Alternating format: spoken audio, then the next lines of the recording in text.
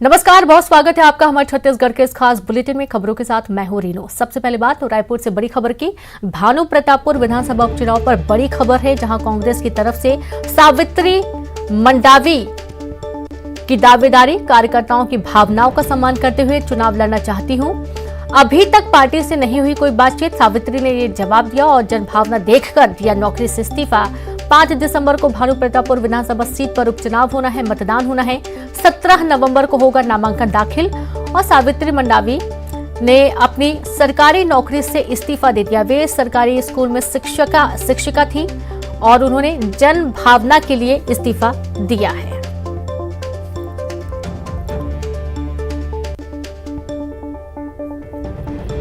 तो बड़ी खबर आपको दे रहे हैं रायपुर से।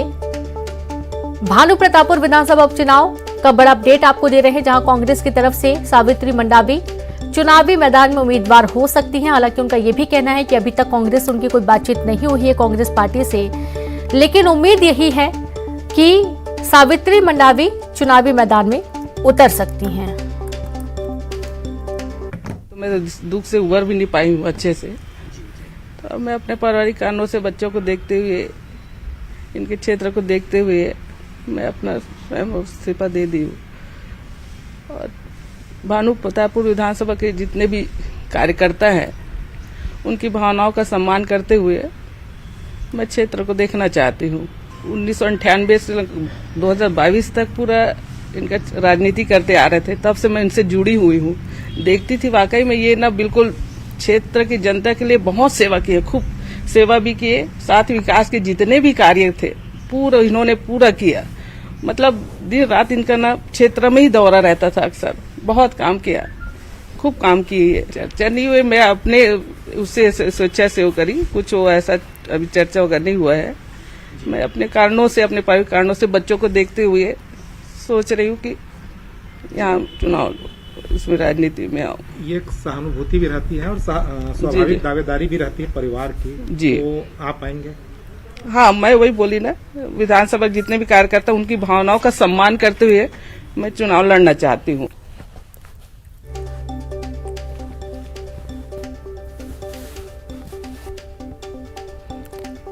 तो सुना आपने सावित्री मंडावी को, जो कि न्यूज 18 से बोली, लड़ना चाहती हूं चुनाव। जनभावनाओं को देख उन्होंने नौकरी से इस्तीफा दिया है। हालांकि अभी कांग्रेस पार्टी से उनकी कोई बातचीत नहीं हुई है, अभी तक पार्टी से उनकी कोई बात नहीं हुई, लेकिन फिर भी वे ये बात कह रही। काफी इमोशनल भी वे नजर आए, आंखों में आंसू भी उनके नजर आए। 5 दिसंबर को भानु प्रतापपुर विधानसभा सीट पर उपचुनाव होना है, मतदान होना है।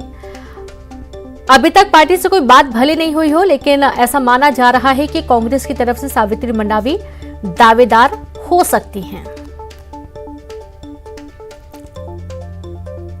तो 17 नवंबर को नामांकन दाखिल किया जाएगा, 5 दिसंबर को मतदान होगा। जन भावना देखकर नौकरी से इस्तीफा दिया सावित्री मंडावी का ये बयान। बड़ी खबर है रायपुर से। तो भानु प्रतापपुर विधानसभा उपचुनाव पर बड़ी खबर, जहां पर कांग्रेस की तरफ से सावित्री मंडावी की दावेदारी, कार्यकर्ताओं की भावनाओं का सम्मान करते हुए चुनाव लड़ना चाहती हूं। अभी तक पार्टी से नहीं हुई कोई बात, सावित्री मंडावी का यह बयान। जन भावना देखकर दिया नौकरी से इस्तीफा। जन भावना देखकर नौकरी से इस्तीफा दिया। 5 दिसंबर को भानु प्रतापपुर विधानसभा सीट पर उपचुनाव होना है, 17 नवंबर को होगा नामांकन दाखिल।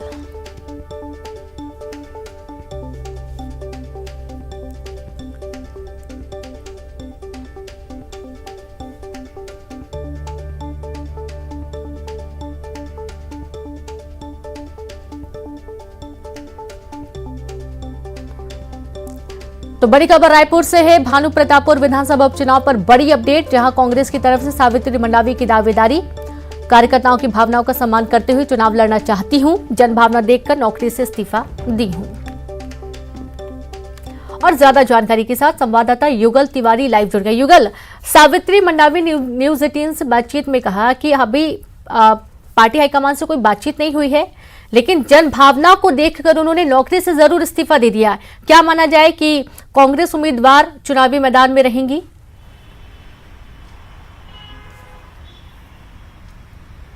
देखिए, सावित्री मंडावी पेशे से शिक्षिका हैं और चूंकि मनोज मंडावी काफी सक्रिय नेता थे और कद्दावर नेता भी माने जाते हैं, तो ऐसे में वो उन्होंने जब हमसे बातचीत की तो साफ तौर पर कहा है कि आम जनता की जो भावना है उसको दृष्टिगत रखते हुए, ध्यान में रखते हुए उन्होंने इस्तीफा दे दिया है। हालांकि जो कांग्रेस पार्टी के आला नेताओं हैं उनसे किसी तरह की बात नहीं हुई है, लेकिन उन्होंने मंशा जाहिर की है क्योंकि आम जनता काफी उनसे जुड़ाव रखते थे मनोज मंडावी से और काफी जो लोगों से आत्मीय रिश्ता है, तो ऐसे में उनकी भावनाओं को देखते हुए उन्होंने त्याग पत्र है, इस्तीफा है, वो दे दिया है।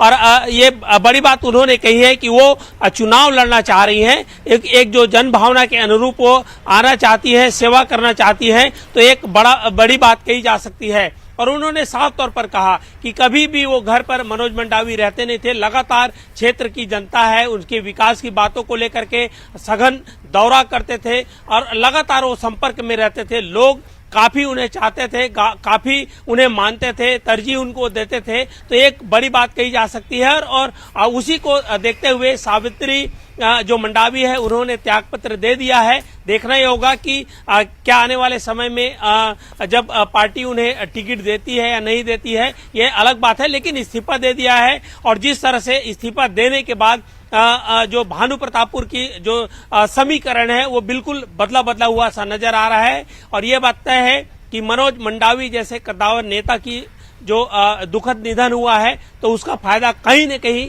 अगर सावित्री मंडावी लड़ती है चुनाव तो उसको बिल्कुल बेशक मिलेगा। जी बिल्कुल। और आप लगातार जुड़े रहे हमारे साथ। बीजेपी से संजय श्रीवास्तव जी जुड़ गए। संजय जी, किस तरीके से आप देखते हैं सावित्री मंडावी जो कि शिक्षिका थी, उन्होंने अपने पद से इस्तीफा दे दिया सरकारी नौकरी से, और अब ये माना जा रहा है कि चूंकि एक जनभावना भी जुड़ी होती है, इमोशनल भी इंसान उनसे अटैच है, कांग्रेस के उम्मीदवार हो सकती है, ऐसी आशंका व्यक्त की जा सकती है। क्या रिएक्शन आपका इस पर? देखिए, निश्चित रूप से हिंदुस्तान की राजनीति में इमोशनल कार्ड होते हैं और भावना तक चीजें होती हैं और उसका थोड़ा बहुत लाभ भी देखने को मिलता है। लेकिन अभी वर्तमान समय में छत्तीसगढ़ में चूंकि अब 4 वर्ष इस सरकार को हो गए, भूपेश बघेल की सरकार को, इमोशन से ज्यादा कहीं जो बड़ा विषय है, जो आदिवासी वर्ग को जिस तरीके से छला गया है, ठगा गया है, जिस तरीके से आरक्षण के विषय को लेकर, एक सबसे बड़ा मुद्दा इस चुनाव के अंदर में ये होना है। और पूरी तैयारी के साथ में भारतीय जनता पार्टी अपने संगठन के आधार पर तो हम काम कर ही रहे हैं। भूपेश बघेल की जो नाकामी है पूरे प्रदेश में वो तो है ही, शराबबंदी की बात करें या बेरोजगारी, लेकिन सबसे बड़ा इशू जो इस चुनाव के अंदर में है वो आरक्षण का विषय है कि आरक्षण के नाम पर जो दोहरा व्यवहार ये सरकार कर रही है, जिस तरीके से इन्होंने आरक्षण के विषय को कोर्ट के अंदर में सही तरीके से नहीं रखा। जो आरक्षण 32% आरक्षण आदिवासियों को मिलता था बीजेपी की सरकार के समय, वो 20% पे आ गया है, तो लगभग 12%। इससे पूरे आदिवासी वर्ग के अंदर में सरकार के खिलाफ में एक भारी नाराजगी है और इसका सामना सरकार को करना पड़ेगा, इसका नुकसान भी उठाना पड़ेगा। क्योंकि केवल आरक्षण कोर्ट का विषय नहीं, जानबूझकर आपने सही तरीके से उन विषयों को नहीं रखा। और सबसे बड़ी बात है कि इस आदिवासी आरक्षण 32% के खिलाफ में जो कांग्रेस का नेता इसके खिलाफ में कोर्ट में गया था, उसको उपकृत करने का काम भी कांग्रेस की सरकार ने अभी किया है, अर्थात मिलीभगत का मामला है। ओबीसी आरक्षण के समय भी इन्होंने किया, जो ओबीसी आरक्षण के खिलाफ में 27% के खिलाफ में जो कांग्रेस का नेता गया था उसको भी निगम मंडल का अध्यक्ष बनाया गया। अर्थात कहीं ना कहीं मिलीभगत है और उनकी धारणा यही है कि आरक्षण आदिवासी वर्ग को नहीं मिलना चाहिए, सबसे बड़ा मुद्दा है। और इस मुद्दे के सामने सभी प्रकार के मुद्दे धराशायी हो जाएंगे। मनोज मंडावी जी नहीं है आज हम सबके बीच में, इस प्रदेश के नेता थे, उनसे पूरी सहानुभूति भारतीय जनता पार्टी को भी है।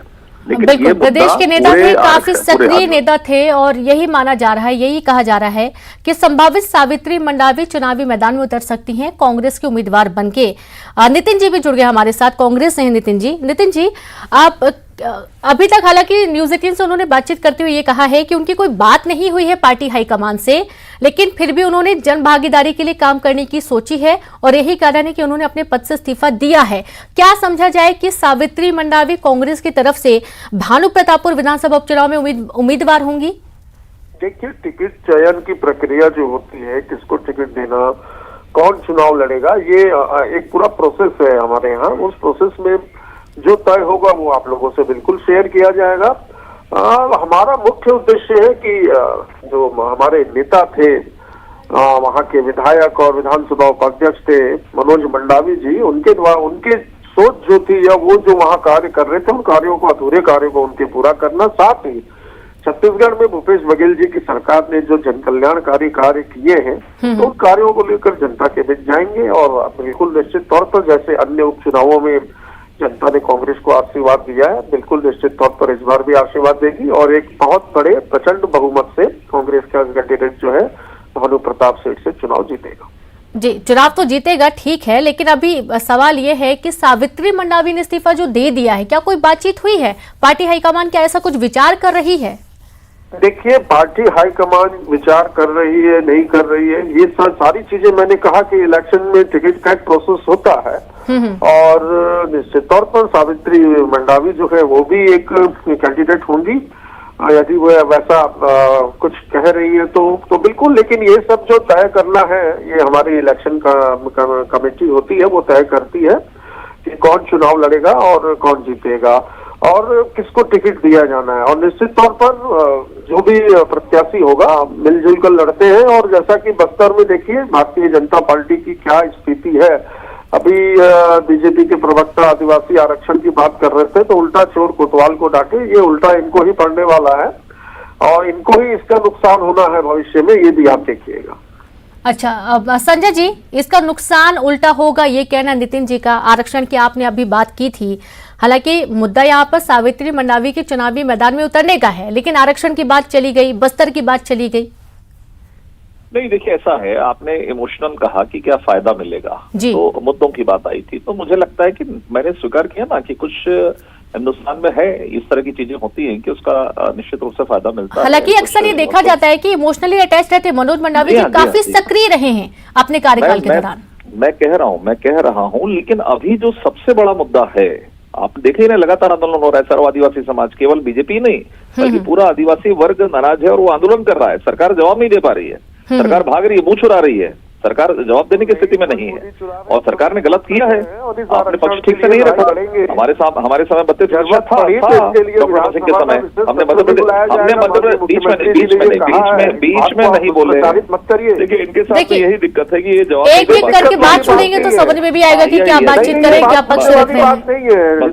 उनके पास जवाब नहीं है, ये बीच बीच में बोल रहे हैं। कैसा कह सकते हैं हम आदिवासियों?